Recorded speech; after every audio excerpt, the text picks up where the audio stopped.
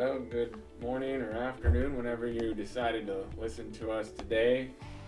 We are down. We're back again, but down a man.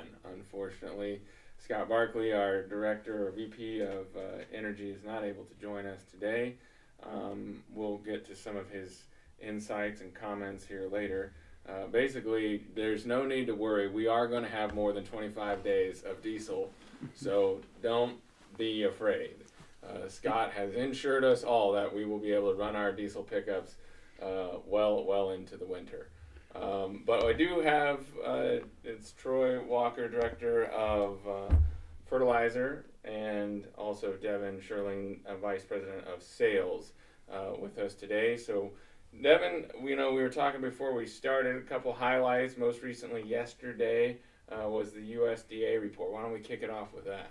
Well, thank you, Troy. And the dynamic duo is in effect today, so hopefully we'll let Scott join us again in the future. But if we get enough likes, maybe that won't be the case. Maybe we won't. So, maybe he'll be out. You're out, Scott. You're off the island. Career-limiting move by not showing up today. But, with that being said, Troy, the USDA report came out, and that's the big thing everyone was talking about was we increased overall yield on both corn and soybeans. And that kind of broke the trend of what people were looking at. So you look at the overall corn increase, it was 0.4, and beans were also 0.4. So when we look at that from a perspective, it broke the trend. So in November, we have this idea that our yields are getting a little bit bigger. We look at our back window, and what do we see? We see crop insurance claims checks. We see people bringing grain in from different areas, and so it's tough for us to realize that. But as we look out now, the trend is your friend. When it goes up in November, most likely will continue that way as big crops get bigger. And so where are we seeing that? Like Ohio, we saw some big increases from some Ohio elevators where they're actually plugged right now. A combination of some of the logistics issues that we're seeing, as transportation down to the Gulf, as well as some rail challenges. So we see that, and then a huge harvest. And so when we look at this report, we focus one side on this increase of production, but then at the other standpoint, Troy, we're looking at the overall balance sheet, and we're still tight. We still have to grow a good crop. We have a big crop baked in South America. So if we have any issues that come from that standpoint, so right now it feels range bound. It feels like we're stuck in this middle range to where we need a sponsor to move us higher or lower from that standpoint, and we're just kind of trading sideways until we get that next bit of news. Do you think this report gives us any thoughts or will cause the market to say, hey, yeah, we're going to plant more corn next year, we're going to back off of corn, we're going to do more beans? Is there anything from this wisdom of the USDA that helps us there? Troy, I think, as far as acres go, farmers are always going to look at what is the best way to maximize my revenue potential going forward. And so whether that's looking at a soft wheat and beans in some areas from a double crop, to what is my corn and bean ratio going to be. But I think they're waiting for direction. Right now, most people had an average to above average crop.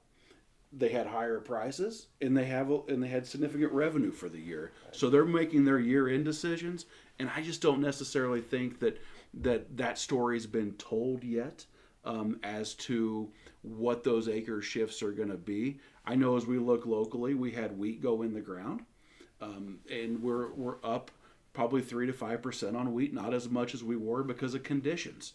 Right. So most of those wheat acres are going to fall by double crop soybeans.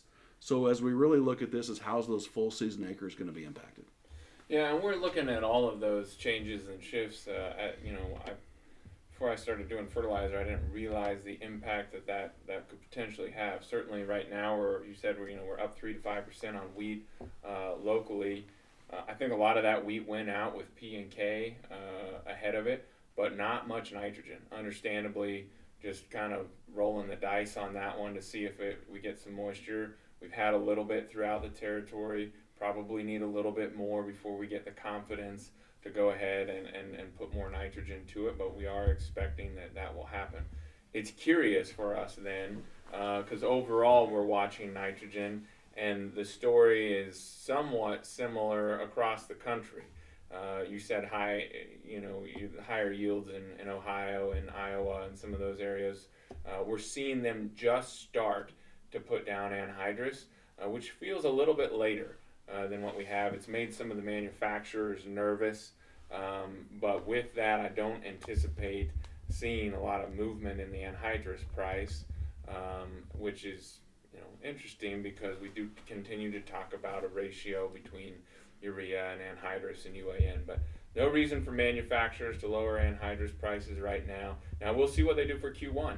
If this fall demand for anhydrous, the fall run really doesn't happen, then supply and demand, they should be a little bit oversupplied, which could cause them to lower prices going into Q1 slightly. And I say slightly because they're doing a really bang up job of exporting every available possible ton of UAN, urea, and NH3 that they can get down to the Gulf, out to some other market. But getting down to the Gulf is indeed a challenge at this point in time because, despite a few inches of rain, that has not significantly moved the Mississippi River water values. We are at historic lows, which is causing delays for sure and a lot of increased freight.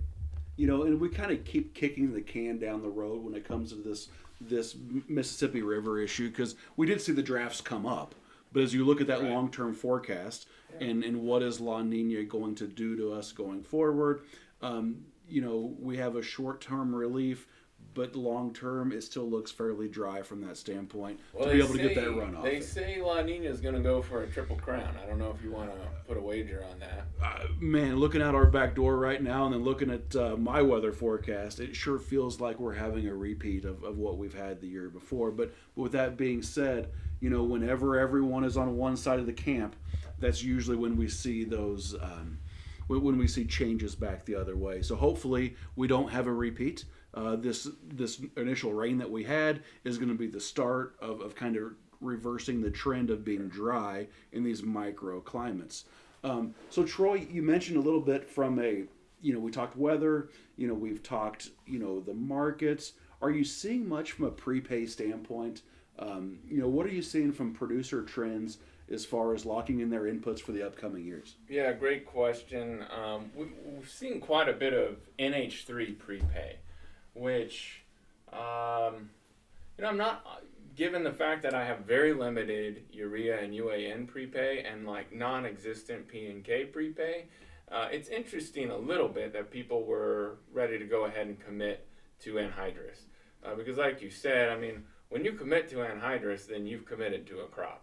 And I think a lot of times people forget that. The market maybe forgets that. If we go ahead and put anhydrous down, very few people are going to go plant soybeans after they've stuck anhydrous in the ground. So it looks like for our territory, we're going to have a decent, weather dependent. It's started to move.